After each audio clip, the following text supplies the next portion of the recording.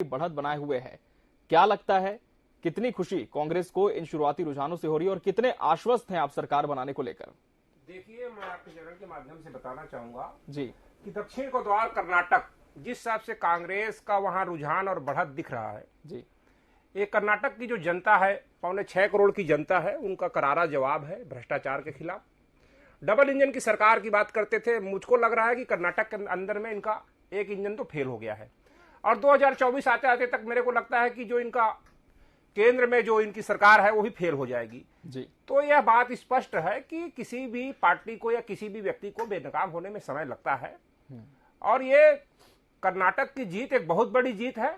दक्षिण का द्वार खुल रहा है कांग्रेस पार्टी के लिए और अब धीरे धीरे कांग्रेस पार्टी का ग्राफ बढ़ते जाएगा। इनका जो तिलिस्म था, ये तिलिस्म पूरी तरह इनका ढेर दिख रहा है जी और यह स्पष्ट है कि कर्नाटक के अंदर में कांग्रेस पार्टी की सरकार बनेगी। जी और ये तो खाली अभी कर्नाटक का, इसके बाद फिर से चुनाव है, छत्तीसगढ़ में चुनाव है, राजस्थान में चुनाव है, मध्य प्रदेश में चुनाव है।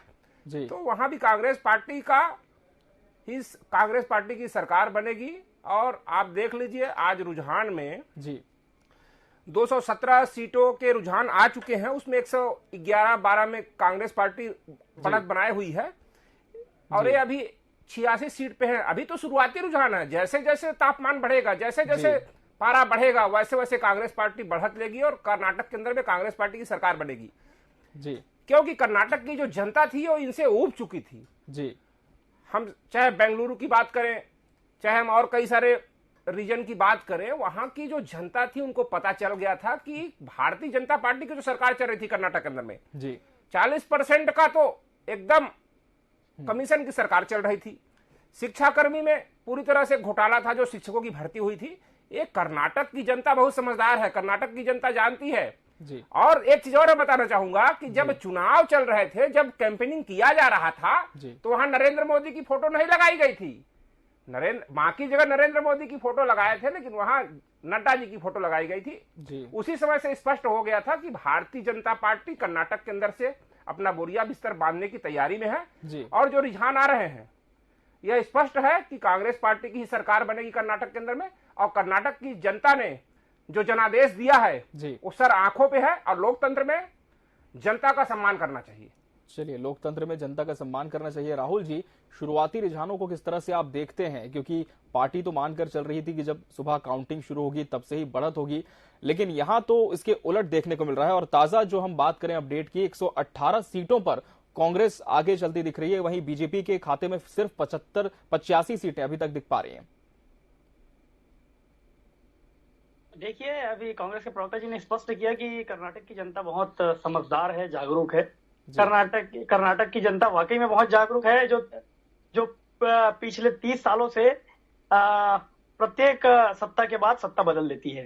तो ये एक मिथ्या चली आ रही है, मगर मैं आपको आश्वस्त करना चाहता हूँ इस चैनल के माध्यम से भारतीय जनता पार्टी के कार्यकर्ता और दर्शकों को भी, कि वहां पे कर्नाटक की जनता इस बार उस मिथ्या को तोड़ेगी। क्योंकि कांग्रेस ने जिस प्रकार से तुष्टीकरण की राजनीति को अपनाया है, जहाँ पे बजरंग दल जैसे धर्म रक्षक संगठनों को बैन करने की बात कही गई और रेवड़ी बांटने जैसी योजनाएं, आपको ध्यान में होगा कि कांग्रेस की सरकार जब छत्तीसगढ़ में बनी थी तब उन्होंने 10 लाख बेरोजगार साथियों को बेरोजगारी भत्ता का वादा किया था।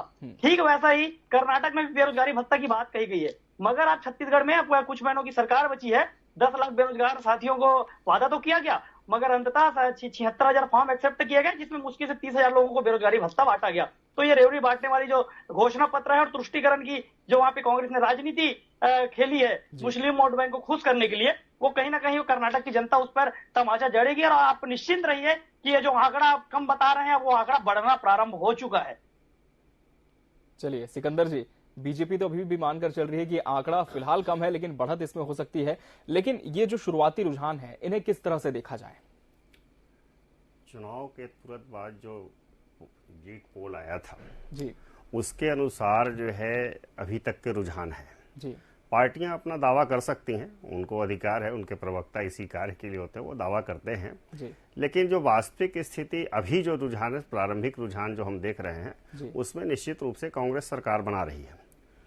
और अभी जैसे बात वहां पर दक्षिण में कभी भी जो खास करके कर्नाटक में भ्रष्टाचार कभी मुद्दा रहा ही नहीं। वहां जनता परिवर्तन करती है। जैसे आपको याद होगा हिमाचल का चुनाव हुआ था, तो हिमाचल के चुनाव में कोई मुद्दा नहीं होता है। हिमाचल के चुनाव में बदलते, एक बार सरकार बीजेपी बनाती है, एक बार कांग्रेस बनाती है जी।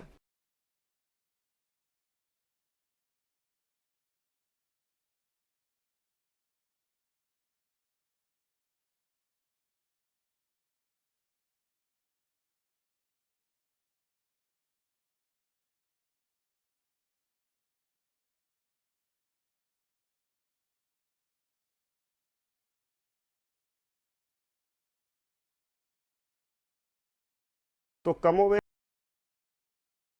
नहीं करूंगा, चुनाव के बाद मतगणना ही तय करेगी। अभी रुझान आ रहे हैं, आखिरी परिणाम लगभग 12-1 बजे के आसपास पूरी तस्वीर साफ हो जाएगी कि स्पष्ट बहुमत कांग्रेस को मिल पा रहा है, या फिर जो त्रिशंकु विधानसभा की भी बात कही जा रही थी या किंग मेकर की बात कही जा रही थी जेडीएस को, वो हो सकता है। बिल्कुल, मैं इसी पर आपसे सवाल भी करने जा रहा था सिकंदर जी, कि जो दूसरे दल हैं जेडीएस की खासकर अगर हम बात करें, अगर ऐसी संभावना बनती है कि बीजेपी के खाते में कम सीट आए, तो क्या ये भी संभावना हो सकती है कि बीजेपी अन्य सहयोगी दलों का सहयोग ले सकती है? क्योंकि सत्ता तो किसी भी हाल में बीजेपी रिपीट करना ही चाहती है कर्नाटक में। सत्ता पाना तो हर राजनीतिक दल का लक्ष्य होता है जी। बीजेपी अगर ऐसा करती है तो मैं नहीं मानता कि वो गलत करती है। सारा आदमी सत्ता के लिए लड़ते हैं जी। रह गई बात कि राजनीति में जो इलेक्शन जब होते हैं जी, तो जो पार्टी जीतती है वो सीटें गिनती है जी, और जो हार जाती है वो मत का प्रतिशत गिनती है जी। ठीक है। अब ये निर्भर इस पे करेगा कि बीजेपी को सीट कितनी मिलती है जी, और जेडीएस को सीट कितनी मिलती है। अगर जेडीएस की सीट और बीजेपी की सीट इस लायक हो जाएगी कि सरकार बन सके तो ऐसी स्थिति आ सकती है, और अगर स्पष्ट बहुमत कांग्रेस को है तो कहीं इस तरह की कोई संभावना का सवाल ही नहीं पैदा होता है। जी बिल्कुल। विपिन जी, जिस तरह से अब जो रुझान अभी तक सामने है उसमें कांग्रेस को 224 में 118 सीटें मिल चुकी हैं, और बीजेपी की अगर हम बात करें राहुल जी तो 82 सीटें, यानी कि 3 सीटें और कम दिख रही है बीजेपी की। विपिन जी, आपसे सवाल यह है कि इस बार का जो पूरा कर्नाटक का चुनाव था, किस तरह से इसे कांग्रेस पार्टी देखती है? क्योंकि बहुत सारे विषय इसमें शामिल हुए, खासकर धर्म का जो विषय है वो भी काफी प्रमुखता से छाया रहा। जब कांग्रेस ने अपना मैनिफेस्टो जारी किया था, कुछ ऐसे संगठन हैं जिन्हें बैन करने की बात भी कही गई थी। इसके बाद ये माना जा रहा था कि कहीं ना कहीं कांग्रेस को इसका खामियाजा भुगतना पड़ेगा, लेकिन क्या आप मानते हैं कि ये जो कार्ड था कांग्रेस का, वो कहीं ना कहीं कांग्रेस के फेवर में गया है? देखिए, मैं आपको एक चीज बताना चाहूंगा जी, कि बजरंगबली तो हमारे आराध्य देव हैं जी, हमारे आराध्य देव हैं बजरंगबली जी, और ये बजरंगी सेना जी, जो बजरंगबली का आड़ लेके अपनी राजनीतिक रोटी सेकते हैं। जी, जब भारतीय जनता पार्टी के तमाम राष्ट्रीय नेताओं को लग गया, पता चल गया कि लग रहा है यहां कुछ अब तो काम करने वाला नहीं है, जी, ये जहां जहां चुनाव होता है आप देख लीजिए, ये शुरू से राम के नाम पे आज सत्ता पे काबिज है, भगवान के नाम पे, और आज राम मंदिर बन रहा है तो सुप्रीम कोर्ट के आदेश से राम मंदिर बन रहा है। तो हमारे आराध्य बजरंगबली है, और ये बजरंगबली के आड़ में लेके अपने आप को सोच रहे थे कि किस तरह से हम वहां पर, किसी भी तरह से हम वहां पर धर्म की राजनीति कर ले और वहां पे हमारी बढ़त बने, हमको उसका फायदा मिले। लेकिन कर्नाटक की जनता ने उसको भी नकार दिया है। मैं कोई हवाई बात नहीं करना चाहूंगा आपके चैनल के माध्यम से, अभी तो शुरुआती रुझान है जी। जैसे जैसे तापमान बढ़ते जाएगा, जैसे जैसे सूर्य की किरण बढ़ेगी जी, समय बीतता जाएगा जी, कांग्रेस पार्टी का ग्राफ और तेजी से सीट में इजाफा आपको दिखेगा जी। और कर्नाटक की जनता पढ़ी लिखी है, बहुत समझदार है, उनको पता है जी कि देश में इस समय क्या चल रहा है। देखिए, झूठ बोलना जी, घोषणा करना, लोगों को बेवकूफ बनाना, जी, 8,500 करोड़ रुपए के प्लेन में देश के प्रधानमंत्री जी पूरी दुनिया की सैर कर रहे हैं, अफ्रीका में जाके ढोल बजा रहे हैं। कोरोना के समय में लोगों की लाश जल रही थी और लोगों से थाली और ताली और दीपक जलाए जा रहे थे। ये पूरे हिंदुस्तान की जनता, खास करके कर्नाटक की जनता बहुत समझदार है, ज्यादा पढ़े लिखे लोग हैं, बहुत ही विकसित राज्य है, लोग समझते हैं जी, लोग समझ गए थे। अच्छा, दूसरी चीज और बताना चाहूंगा कि अभी सिकंदर जी बहुत वरिष्ठ पत्रकार हैं शायद, उन्होंने कहा कि सत्ता पाना काबिज होता है। सत्ता पाना चाहिए, हर व्यक्ति का अधिकार है कि वो सत्ता में आए जी, हर पार्टी का अधिकार है कि वो हर स्टेट में उनकी सरकारें रहें, मगर सत्ता पाने का मतलब ये नहीं कि आप लोकतंत्र का गला घोट दे। आप कर्नाटक के अंदर सरकार बना लेते हैं, मध्य प्रदेश से विधायकों को तोड़ लेते हैं, मतलब लोकतंत्र तो रहा ही नहीं। जब से 2014 के बाद से लोकतंत्र खत्म हो गया है। ये लोकतंत्र बचाने की बात कर्नाटक के अंदर की जनता ने लोकतंत्र को जीवित करने का काम किया है, इसलिए बढ़त दिख रहा है। अभी 9:25 हुए हैं जी। अभी 118, 120, 22 सीट पे कांग्रेस आगे दिख रही है। इसीलिए शुरुआती रुझान में 118, 20, 22 दिख रहा है। जैसे जैसे तापमान बढ़ेगा, इस बार पता है कर्नाटक की जनता को कि अगर 113, 114, 115, 116 अगर हम पूर्ण बहुमत की सरकार अगर बनाएंगे 118, 19, 20 में, तो वहां पर फिर ये तोड़ मोड़ की स्थिति लेके आएंगे। इसलिए कर्नाटक की जनता ने इस बार मन बना लिया था कि प्रचंड बहुमत की सरकार बनानी है। जिस तरह से छत्तीसगढ़ में 68 सीट आई थी, अगर यहां भी 51, 52, 53 सीट होती तो इनका जो काम है, इनका तो खाली एक ही उद्देश्य होता है कि किस तरह से विधायकों को खरीदे और अपनी हम सरकार बनाए जी। तो मैं एक चीज बताना चाहूंगा कि जिस तरह से रुझान आ रहा है, और ये बात करते थे बार बार डबल इंजन की सरकार जी, विकास की बात, अच्छे दिन की बात, हर वर्ष 2 करोड़ नौजवानों को रोजगार देंगे। देश की जनता ने समझ गई है, देश की जनता जान गई है कि खाली जुमले पेश करना, हर व्यक्ति के खाते में 15 लाख रुपया आएगा। आज देश की जनता और प्रदेश की जनता उस बात को अभी तक भूली नहीं है। और ये फिर से नया कि हम सिलेंडर फ्री देंगे, अच्छे दिन आएंगे। तो इसलिए कर्नाटक की जनता बहुत समझदार है, वो समझती है। और पहली बार कर्नाटक में पूर्ण बहुमत से ज्यादा सीटों के साथ कांग्रेस पार्टी की सरकार बनाएगी कांग्रेस के अंडर में। और भारतीय जनता पार्टी का जो किला था जी, वो ढहेगा। और ये जो दक्षिण भारत का द्वार है जी, इनका वहां से सुपड़ा साफ होगा। और देखिएगा 24 आते ऐसा माहौल बनेगा देश के अंदर में कि इनको करारा जवाब देगी देश की जनता। चलिए, तो 24 आते बीजेपी को करारा जवाब देगी देश की जनता, कह रही है कांग्रेस। राहुल जी। बिल्कुल, कांग्रेस के प्रवक्ता जी को शायद ये नहीं पता कि कर्नाटक की जनता पिछले 30 सालों से सत्ता बदल रही है। और रही बात, प्रवक्ता जी कह रहे थे कि भारतीय जनता पार्टी राम जी के नाम से ही लगे रहती है, तो हमें तो गर्व का विषय है हमारे लिए, भारतीय जनता पार्टी के कार्यकर्ता के लिए, कि हम कम से कम श्री राम जी के नाम पे तो लगे रहते हैं। इनके जैसे श्री राम जी के अस्तित्व पर हम प्रश्न चिन्ह नहीं खड़ा करते। और आज ये कह रहे हैं कि अयोध्या में मंदिर बन रहा है सुप्रीम कोर्ट के आदेश से, तो आखिर पहल किसने किया? इनकी सरकार 70 साल रही, इन्होंने क्या किया? इन्होंने तो गोलियां चलवा दी। और बात करते हैं कि श्री राम जी के नाम से हम चलते हैं, तो बिल्कुल हमारे लिए गर्व का विषय है भारतीय जनता पार्टी के कार्यकर्ता के लिए कि हम श्री राम जी के नाम से चलते हैं। और रही बात कर्नाटक में धर्म का विषय लाने की का आरोप भारतीय जनता पार्टी पर लगाने वाली कांग्रेस के प्रवक्ता जी, जरा ध्यान दीजिए कि वहां पे धर्म का विषय कहां से आया। बजरंग दल पर आपने बैन करने की बात नहीं कही होती तो वहां पे ना बजरंग बली का नाम आता, ना ही बजरंग दल और धर्म की राजनीति पैदा हुई होती। आपने तुष्टीकरण की राजनीति वहां पे उत्पन्न की, तब जाके ये विषय सामने आया। और कांग्रेस के प्रवक्ता जी लोकतंत्र की दुहाई दे रहे थे। ऐसी पार्टी के प्रवक्ता लोकतंत्र की दुहाई दे रहे थे जिन्होंने अपने पूरे कांग्रेस की सरकारों में कम से कम 100 से अधिक सरकारों को गलत तरीके से गिराया। ये लोकतंत्र की दुहाई दे रहे थे। कम से कम भारतीय जनता पार्टी ऐसा नहीं करती। अगर आपके विधायक हमारे पास अभी भी आना चाहेंगे कर्नाटक में जीतने के बाद, उसे सत्ता हम बिल्कुल बनाएंगे, उसके लिए आप निश्चिंत रहिए। और रही बात, लोकतंत्र की हत्या यहाँ पे नहीं की जाएगी। जी विपिन जी, पहले ही राहुल जी ने साफ कर दिया कि अगर विधायक अपनी मर्जी से आना चाहते हैं, भाजपा के पास सीटें कम होती है, तो भाजपा को कोई एतबार नहीं है स्वागत करने से। जी मैं वही तो बताना चाह रहा था, जो मैं कहना चाह रहा था खुद ही बोल दिए बीजेपी के प्रवक्ता ने।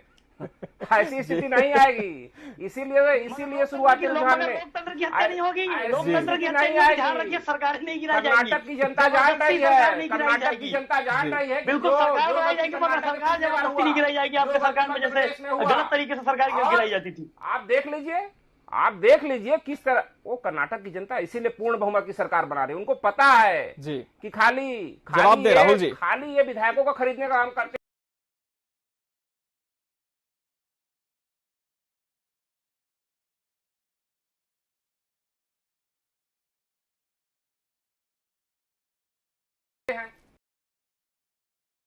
तो बिल्कुल सरकार बनाएंगे, मैं अभी भी स्पष्ट कर दे रहा हूँ। वो तो दिख रहा है कि सरकार किसकी बनाए। हवाई बात करना ये शुरू से ये बीजेपी के आईटी में सिखाया जाता है कि किस तरह से जुमलाबाजी करना है, किस तरह से झूठ बोलना है, किस तरह से लोगों को बेवकूफ बनाना है। जैसे जो देश के प्रधानमंत्री नरेंद्र मोदी जी कहे थे ना कि हर व्यक्ति खाते में 15 लाख रुपया आएगा, 2 करोड़ नौजवानों के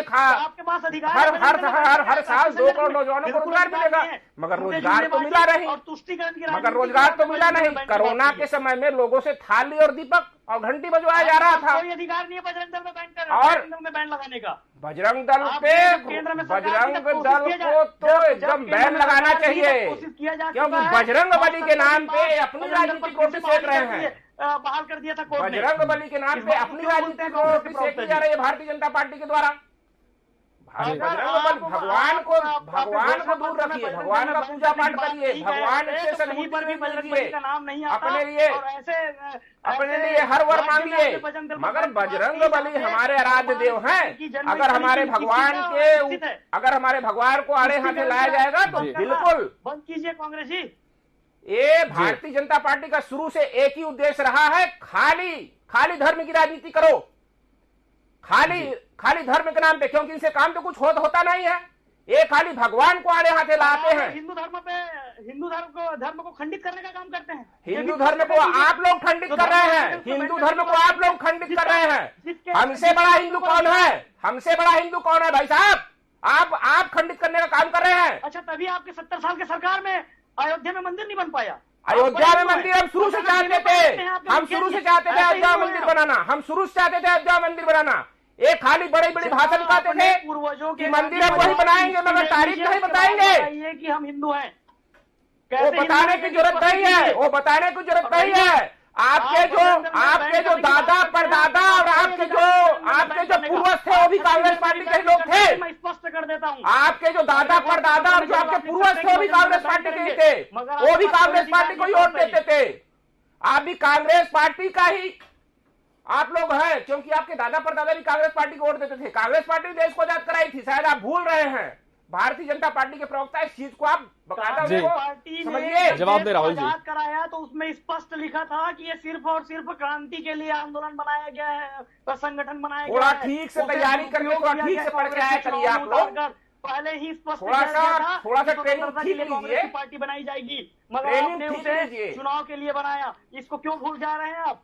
और रही बात, आप कह रहे हैं कि कोरोना काल में मोदी जी ने ऐसा किया वैसा किया। अरे कोरोना काल में अगर किसी देश ने बढ़ चढ़ के अन्य देशों की भी सहायता की तो वो था भारतीय। अरे पहले हिंदुस्तान की सहायता करिए, हिंदुस्तान के लोगों की सहायता करिए। रही बात, पहले हिंदुस्तान के लोगों की सहायता करिए आप। आज गंगा में कितनी सारी लाशें बह गई। 2014 के अंदर में कहा था कि जब मैं देश का प्रधानमंत्री बनूंगा तो मैं गंगा की सफाई करूंगा। आज गंगा मैली हो गई है, उस वैक्सीन पर आज गंगा मैली हो गई है, तो कांग्रेस ने खड़ा किया। देश की जनता पूछना चाहती है देश के प्रधानमंत्री से, भारतीय जनता पार्टी से, कि गंगा आज मैली हो गई है क्या? गंगा को साफ किया आपने?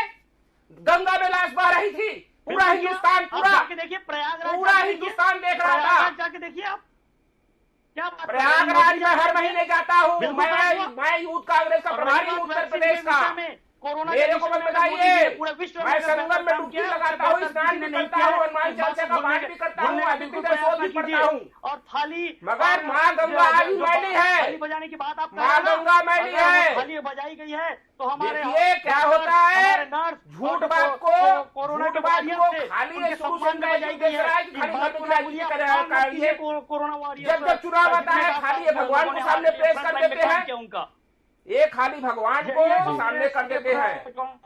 मैं आपको बताना चाह रहा हूँ कि कर्नाटक के अंदर से भारतीय जनता पार्टी का सुपड़ा साफ है, और जो डबल इंजन की सरकार की बात करते थे, एक इंजन का फेल हो गया है। जैसे जैसे 2024 आएगा तो केंद्र के अंदर में भी इनका जो बड़ा इंजन है वो भी पूरी तरह से ढह जाएगा। चलिए सिकंदर जी, दोनों ही पार्टियों के अपने अपने दावे हैं, और इस बार यह भी देखा गया कि धर्म एक बहुत बड़ा जो विषय था वो कर्नाटक चुनाव में देखने को मिला। क्या आपको लगता है इसके आधार पर भी जो वोटों का पोलराइजेशन है वो इस बार हुआ होगा कर्नाटक चुनाव में? निश्चित रूप से जिस समय कांग्रेस लेकर आई जी कि बजरंग दल और पीएफआई जैसे संगठनों को प्रतिबंध लगाएंगे जी, उसमें तर्क दिए गए थे कि ये संगठन देश में अशांति फैलाते हैं जी। तो पीएफआई तो कोई राजनीतिक पार्टी उसको सपोर्टर है नहीं उसकी, बिल्कुल है ना जी। अब बजरंग दल को कहीं न कहीं से भाजपा से समर्थन है, बजरंग दल के लोग भी भाजपा को समर्थन करते हैं जी। लेकिन इसका जो परिणाम सामने आया जी, जो हम खास करके भी देखते रहे हैं कि हिंदू समाज का जो चर्चा चल रही थी, हिंदू समाज आज भी जातियों में बटा हुआ है जी, हम उनकी जब विश्लेषण भी जब करते हैं तो हम जातीय गण गिनते हैं, किस क्षेत्र में किस जाति के कितने लोग हैं, हम उसको हिंदू के रूप में नहीं गिनते हैं जी, तो जाहिर सी बात है कि वोटों का ध्रुवीकरण मुस्लिमों का हुआ इसमें जी, जो बजरंग दल पर प्रतिबंध की बात आई जी, तो उसका लाभ निश्चित रूप से कांग्रेस को मिला है जी, और जो पहले से तय है कि जो जाति में बटा हुआ समुदाय है जी, वहां उसका असर नहीं पड़ा जी, तो निश्चित रूप से इसका पोलराइजेशन का असर जो है बीजेपी नहीं उठा पाई और उतना बजरंग बली के उस पर करने पर कांग्रेस उसको ज्यादा लाभ उठा पाई क्योंकि मुस्लिम जो है केवल मुसलमान होकर सोचता है, ठीक है ना, तो ये उसका लाभ उनको मिला है निश्चित रूप से। बिल्कुल, तो इस चीज का लाभ कहीं ना कहीं कांग्रेस को मिलता हुआ दिखाई दे रहा है। और अभी अपडेट दे दें, कांग्रेस का जो रुझान अभी दिख पा रहा है वो है 116 सीटों का और बीजेपी 80 सीटों पर फिलहाल सिमट चुकी है। इस बार एक और चीज यहां पर देखने को मिली, जब कर्नाटक के विधानसभा चुनावों का बिगुल फूंका गया था, जब प्रचार लगातार पार्टियों का जारी था, एक बहुत बड़ा घटनाक्रम यह हुआ कि कुछ पुराने मामलों को लेकर कांग्रेस के जो पूर्व अध्यक्ष राहुल गांधी, उनकी जो सदस्यता है वो रद्द कर दी गई। अब संसद से सदस्यता रद्द हो गई। इसके बाद कांग्रेस का जो पूरा फोकस था कहीं ना कहीं बहुत हद तक सिकंदर जी उसमें भी डाइवर्ट हो गया। तमाम तरह के आरोप प्रत्यारोप का दौर शुरू हो गया। लेकिन क्या आपको लगता है कि ये जो टाइमिंग थी इस पूरे प्रोसेस की, चुनाव के मद्देनजर ये पूरी प्रक्रिया जो थी वो यहां पर हुई, और क्या कांग्रेस को इसका ड्रॉबैक भी देखने को मिल सकता था? उसका असर जो है विधानसभा चुनाव में नहीं होता है जी।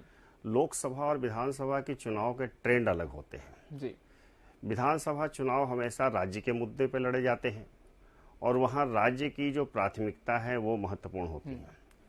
और राहुल गांधी का जो मामला है जी, वो कांग्रेस पार्टी के अंदर जो कुछ भी चल रहा था जी, या राहुल गांधी ने जो स्टेटमेंट दिए थे उसके कारण जो कुछ हुआ था जी, और कोर्ट के आदेश के बाद उसमें हुआ है, तो उसमें मैं कोई बहुत कुछ कहना नहीं चाहूंगा क्योंकि इसमें राजनीतिक मामला, इसमें भले ही पार्टियां मानती हूँ जी, लेकिन वो राजनीतिक मामला इसलिए नहीं रहा क्योंकि जब मामला कोर्ट में चल जाता है जी, तो हम बहुत सारी चीजों को टिप्पणी, उसके फैसले पर हम सवाल नहीं खड़े कर सकते हैं कोर्ट पे, और करना भी नहीं चाहिए जी।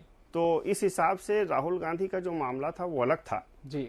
और ये कांग्रेस पार्टी की अपनी तैयारी थी, बीजेपी की अपनी तैयारी कर्नाटक में थी जी। और इन दोनों ने अपने अपनी तैयारी के हिसाब से चले। वहां प्रधानमंत्री मोदी से लेकर शाह तक जो है रोड से लेकर सारे कार्यक्रम किए, कांग्रेस ने भी पूरा जोर लगाया, सारे उनके शीर्ष नेतृत्व गए। ये तो जनता ने कितना उनको स्वीकार किया और अस्वीकार किया इसकी बात है ये।